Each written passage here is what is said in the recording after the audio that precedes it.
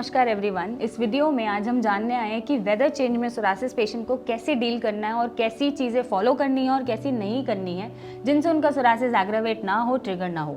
तो बिना time waste करे सबसे पहले हम ये जानेंगे कि कौन सी चीज़ें आपको फॉलो करनी है जब भी वेदर चेंज हो रहा है। वेदर चेंज में हम बात कर रहे हैं चाहे वो गर्मी से मानसून आ रहा है, मानसून से ऑटम आ रहा है, ऑटम से विंटर आ रहा है, विंटर से स्प्रिंग आ रहा है और स्प्रिंग से फिर समर आ रहा है। तो हर सीजन चेंज में आपको ऑथेंटिकली चलना है, वाइसफुली चलना है, माइंडफुली चलना है। तो सबसे पहले आपको क्या करना है कि अपने सीजन चेंज को अडेप्ट करना है अपनी बॉडी के हिसाब से। जो भी सीजनल सब्जियां हैं या सीजनल फूड आता है उसको आप अपनी डाइट के हिसाब से मैनेज करते हुए चलें, कुछ भी खाना शुरू ना करें। फॉर एग्जाम्पल जैसे गर्मियाँ आती हैं तो पेशेंट आम खाना शुरू कर देते हैं जिससे सोरासिस बढ़ जाता है, या फिर सर्दियाँ आती हैं तो ऐसे कोई डेयरी प्रोडक्ट्स खाते हैं जो नहीं उनको सूट करते हैं, गर्म दूध पीते हैं, छुआरे खाते हैं। तो ऐसी कोई भी चीज़ें आपको नहीं फॉलो करनी है, आपको माइंडफुली चलना है। आपको उन चीज़ों का ध्यान रखना है जो आपका सोरासिस ट्रिगर कर सकती हैं वो ना लें, और सीजनल फ्रूट को या सीजनल फूड को ही प्रेफरेंस दें और अपनी बॉडी की नीड और डिमांड को समझें। दूसरी चीज़ आपको ये करनी है, बहुत सारा हाइड्रेशन रखना है। फॉर एग्जाम्पल गर्मियों में आपको बहुत सारा पानी पीना है, टॉक्सिन्स को फ्लश आउट अच्छे से कराना है। पानी पीते रहेंगे तो ड्राइनेस कम होगी, पेट साफ होगा, यूरिन जाता रहेगा और टॉक्सिन्स बाहर फ्लश आउट होते रहेंगे।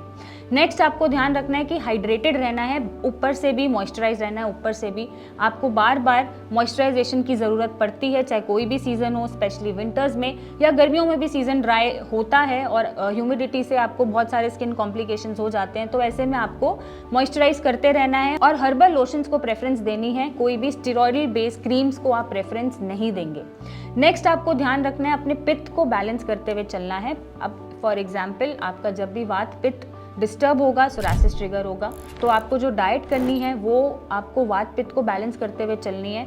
आप फर्मेंटेड फूड ज़्यादा नहीं खाएंगे, आप एनिमल प्रोटीन ज़्यादा नहीं खाएंगे, आप अल्कोहल का इंटेक नहीं करेंगे, आप बाहर का खाना अवॉइड करेंगे, आप स्टार्ची वेजिटेबल्स नहीं खाएंगे और बहुत ज़्यादा स्पाइसेस नहीं खाएंगे।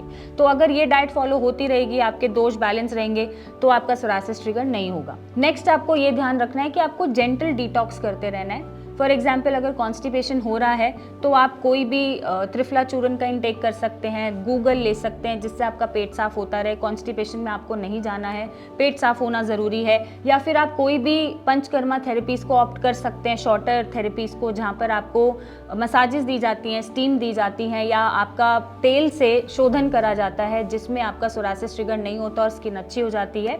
तो ये थेरेपीज़ आप छोटे छोटे प्रोसीजर्स को फॉलो कर सकते हैं। और लास्ट में आपके अपने स्किन को प्रोटेक्ट करके रखना है वेदर चेंज से। अगर बहुत ज़्यादा ठंडी हवाएं हैं, बहुत ज़्यादा गर्मी है, तो आप स्किन को कवर करके चलें, स्किन को प्रोटेक्ट करते हुए चलें और मॉइस्चराइज करते हुए चलें, जिससे किसी भी वेदर चेंज में आपका सोरासिस ट्रिगर ना हो। अब मैं बात करूंगी कि जो चीज़ें आपको अवॉइड करनी है और बिल्कुल फॉलो नहीं करनी है वो ये हैं। सबसे पहले आपको माइनर सिम्टम्स इग्नोर नहीं करने हैं, क्योंकि थोड़ी सी इचिंग से सोरासिस आपका बढ़ता चला जाता है और डीप कट्स और इंजरीज हो जाती हैं। तो वो आपको अवॉइड नहीं करने हैं। जहाँ पे भी इचिंग हो रही है आप वहाँ पे मॉइस्चराइज कर लें, रादर देन कि आप उसको इच करें या फिर आप स्क्रैच करें। नेक्स्ट आपको ये ध्यान रखना है कि बहुत ज़्यादा हॉट शावर्स नहीं लेने हैं किसी भी वेदर चेंज में। आप नॉर्मल पानी से 37 डिग्री सेल्सियस आपके पानी का टेम्परेचर होना चाहिए। नॉर्मल पानी से आप शावर लें, ठंडे पानी से आप शावर लें, बट बहुत ज़्यादा हॉट शावर्स मैं बोलूँगी अवॉइड करना है। कोई भी चीज़ ऐसी नहीं खानी है जो ऑपोजिट इन नेचर होती है। फॉर एग्जाम्पल दूध के साथ हम फ्रूट्स खाते हैं शेक बना के, वो नहीं लेना है। मच्छी के ऊपर हम दूध पी लेते हैं, वो नहीं लेना है। जो भी आहार विरुद्ध हैं एक दूसरे के या ऑपोजिट इन नेचर हैं, ठंडे के ऊपर गरम, गरम के ऊपर ठंडा, खट्टे के साथ मीठा, मीठे के साथ खट्टा, या दूध के साथ कोई भी फ्रूट, ऐसे कोई भी कॉम्बिनेशंस आपको अवॉइड करने हैं। थोड़े गैप पे ज़रूर आप इनटेक कर सकते हैं और वही चीज़ इनटेक करेंगे जो आपके सोरासिस को ट्रिगर नहीं कर सकती है। नेक्स्ट आपको बहुत ज़्यादा स्टेरॉइडल एप्लीकेशंस पे नहीं जाना है। आप माइल्ड बॉडी वॉशेस, हर्बल या लोशंस का आप एप्लीकेशन लगा सकते हैं, उससे मॉइस्चराइज कर सकते हैं, बट स्टेरॉइडल एप्लीकेशंस आपको अवॉइड करनी है, क्योंकि आप स्टेरॉइडल लगा तो रहते हैं, उसके बाद जब लगाना छोड़ते हैं तो बीमारी ज़्यादा बढ़ के बाहर आती है और आपकी स्किन को भी डैमेज करती है। तो ये छोटी सी चीज़ को आपको ध्यान में रखना है। नेक्स्ट आपको ट्रीटमेंट वैसा लेना है जो आपकी बीमारी को सप्रेस ना करे, इनफैक्ट उसको क्योर करे, ठीक करे, अंदर से हील करे।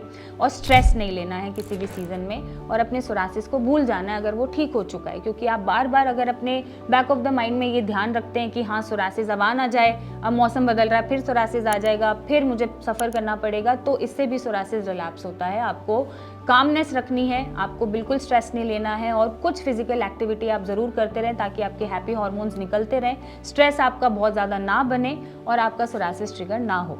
और अगर ट्रिगर हो रहा है तो नीचे दिए गए नंबर पे मेरी टीम से बात करें, हमसे मिलने आएँ और अपने सोरासिस को ख़त्म करें।